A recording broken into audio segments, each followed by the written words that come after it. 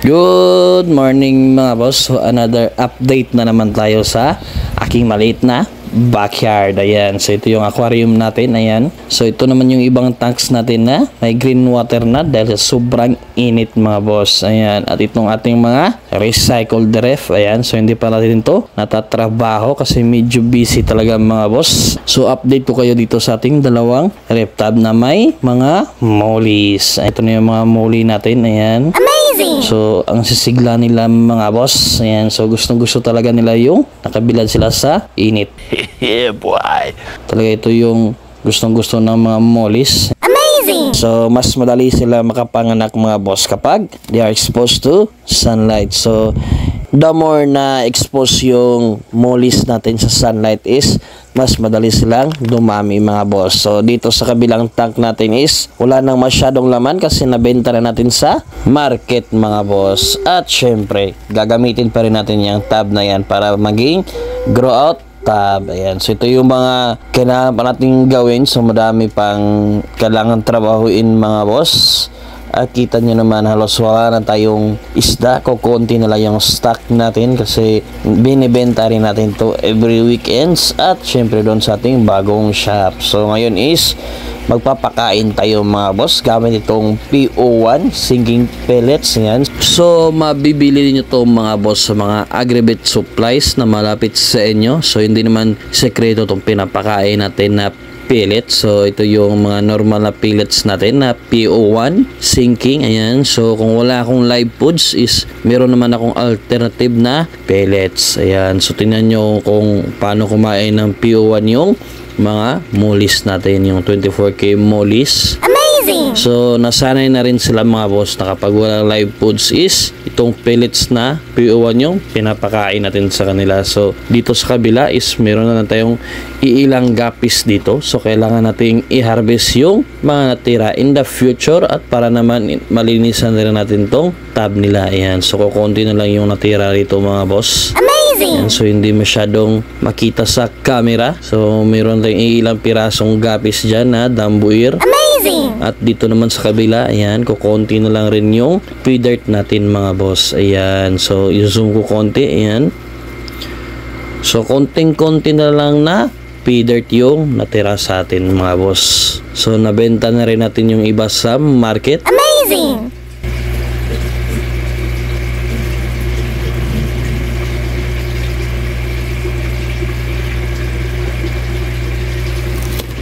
So dito naman tayo sa kabilang tab kung saan nandito yung black mollies natin mga boss. At kita naman natin na kinakain nila yung PO1 na sinking natin mga boss. So sinasanay ko talaga yung mga isda ko kung ano ang pwedeng ipakain sa kanila para naman kung wala tayong live foods is meron tayong other alternative katulad ng mga pellets mga boss. So dito sa kabilang tab naman pakita ko sa inyo.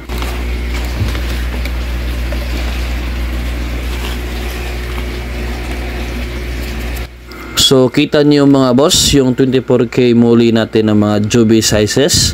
Ayan, ito yung mga future breeders natin.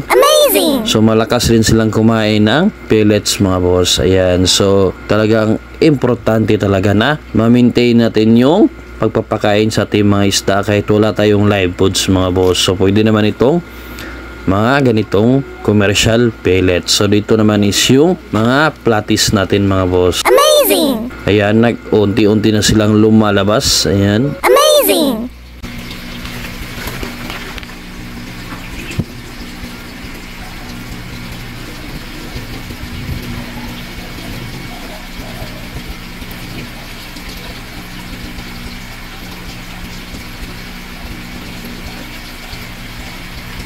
So ito na nga yung mga platis natin. So dito naman tayo sa kabila mga boss magpapakain. Yan. So meron rin tayo ritong mga platis pa rin. So tingnan nyo.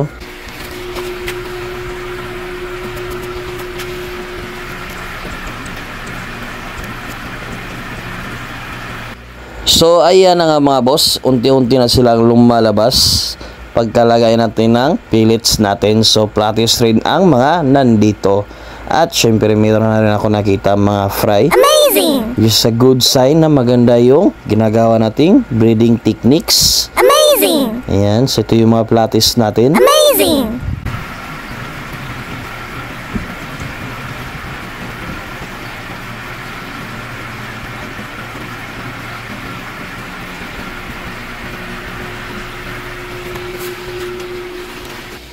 So ito namang tank na nasa harap natin mga boss is mga platis din to. Ayan, so naglagay na tayo ng pellets. Amazing! So tingnan nyo yung mga platis natin. Ayan, so unti-unti na rin lumalabas. Amazing! So masasabi ko talaga na napaka-effective ng nilagay nating shading. Ayan, so hindi na masyadong green yung tubig.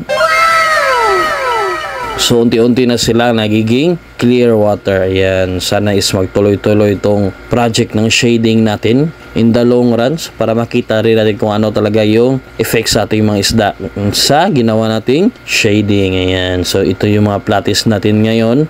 So medyo madami na mga boss at mayroon na rin ako nakikita mga fry. Ayan, which is a good sign mga boss na effective yung breeding process natin. Ayan, so kung gusto nyo i-adapt yung mga feeding methods natin tulad ng pellets at live foods, pwede nyo itong i-adapt mga boss. So nasa sa inyo na yun kung paano nyo papakainin at paparamihin yung mga isda. So tulad nito, nagbablog tayo mga boss para makatulong sa inyo at mabigyan kayo ng ideas kung ano yung mga ginagawa ko sa aking backyard. So nakita nyo naman yung evidence ngayon tulad itong mga pea dirt natin na medyo madami na. Amazing! So ito na yung mga ebidensya mga boss. So kung gusto nyo i-adapt yung mga techniques natin is nasa sa inyo na yon. So this is my way of sharing my little knowledge based lang sa experience ko mga boss. So happy lang ako na ma-share sa inyo ang aking nalalaman sa pagbibreed ng mga isda. Dito naman tayo sa kabila mga boss, which is yung experiment natin na until now is hindi ko pa rin nakukuha yung gusto kong strain na lalabas mga boss. So usually itong black mollies natin dito is yung mga nilalabas niya ngayon is puro black lang. So hindi ko pa expected yung parang tiger or parang leopard color. So patuloy pa rin natin gagawin tong project na to mga boss. At kung mag-failure man is mag-proceed tayo ng next batch ng breeder. So bibili tayo ulit para makross natin sa ating current breeders.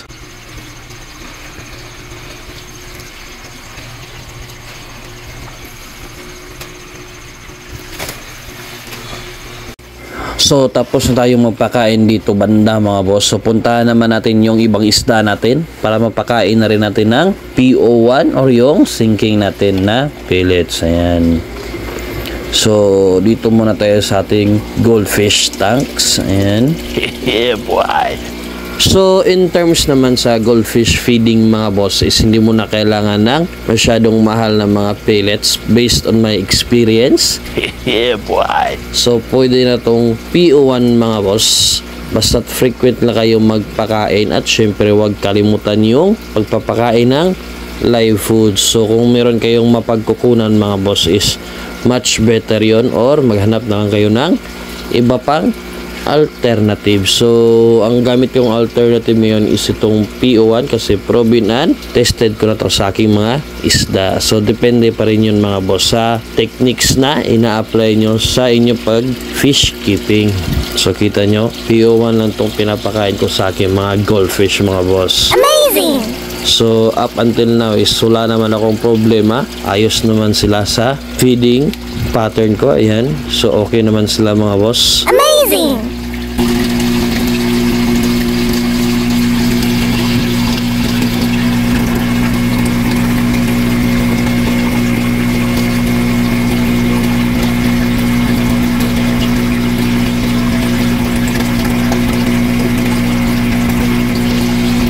So after ng pagpapakain natin dito sa ating mga goldfish mga boss, dito naman tayo sa kabilang mga tanks natin. Ayan. So mayroon tayo ring iba't ibang isda na na-harvest na rin mga boss. So tingnan niyo, papakainin na natin sila ng PO1. Amazing!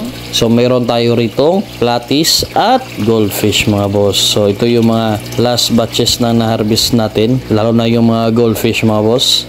ito na yung last batch. So next time is maghahanap na tayo ng future breeders natin mga boss. So lahat ng nandito is good for the market na. So for out na to mga boss. So kung gusto nyo makabail this coming weekend is mag-abang-abang kayo mga boss sa ating display. Ayan. Amazing!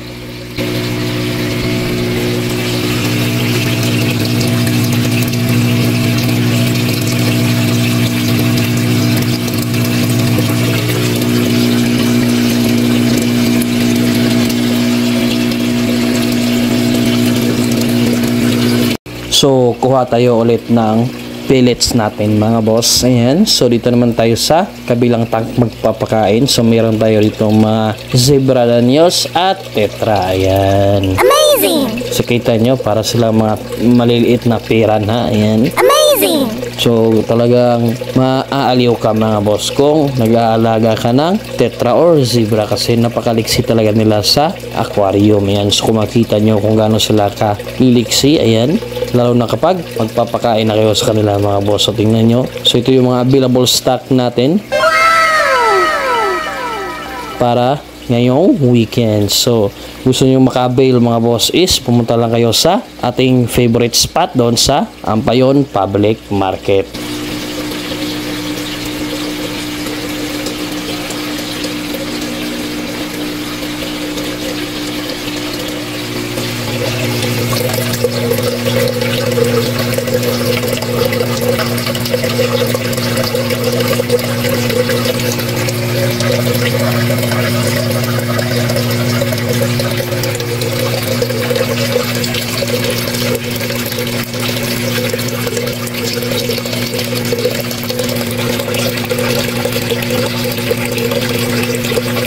So tapos tayo rito sa isang tank natin ng mga zebra. So dito naman sa kabila mga boss. So pakainin ko naman ngayon yung mga tetra natin. So ito yung viewing tank ng gapi natin. So pasalamat tayo at may nagbigay ng viewing tank. So ngayon is ito yung tetra tank natin. Ayan. So tingnan nyo kung gaano sila kasisiba rin kumain mga boss. Ayan.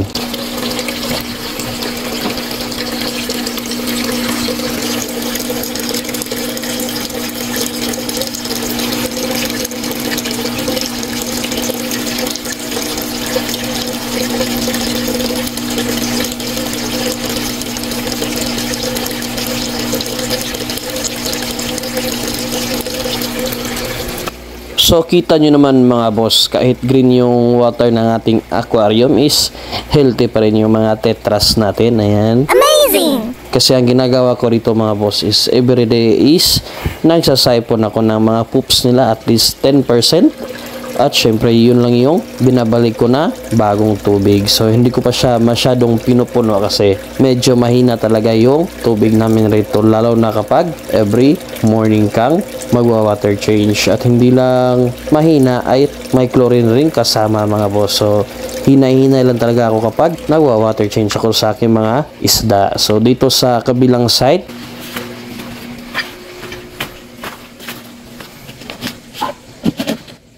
so, ito na nga yung rep tab ng ating mga 24K mollies na mga fry mga boss. Ayan. So, sa nakikita nyo is medyo malalaki na yung iba. They are almost in juvie sizes. So, ilang weeks na lang is good for the market na yung iba dito mga boss. Amazing! Handa-handa lang tayo sa ating favorite spot sa near future mga boss kapag na-harvest na natin itong ating mga 24K mollies. Ayan. So, medyo madami rin itong mga mollies na na-harvest natin mga boss. Ayan. So as usual, pinapakain ko rin sila ng PO1. Ayan.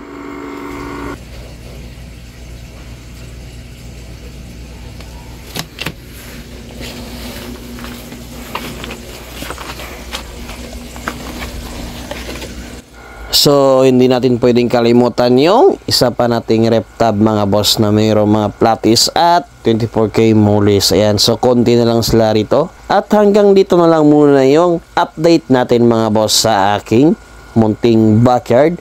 So, see you next time sa next vlog natin. At shout out sa lahat ng ating mga subscribers at followers mga boss. So, thank you sa lahat.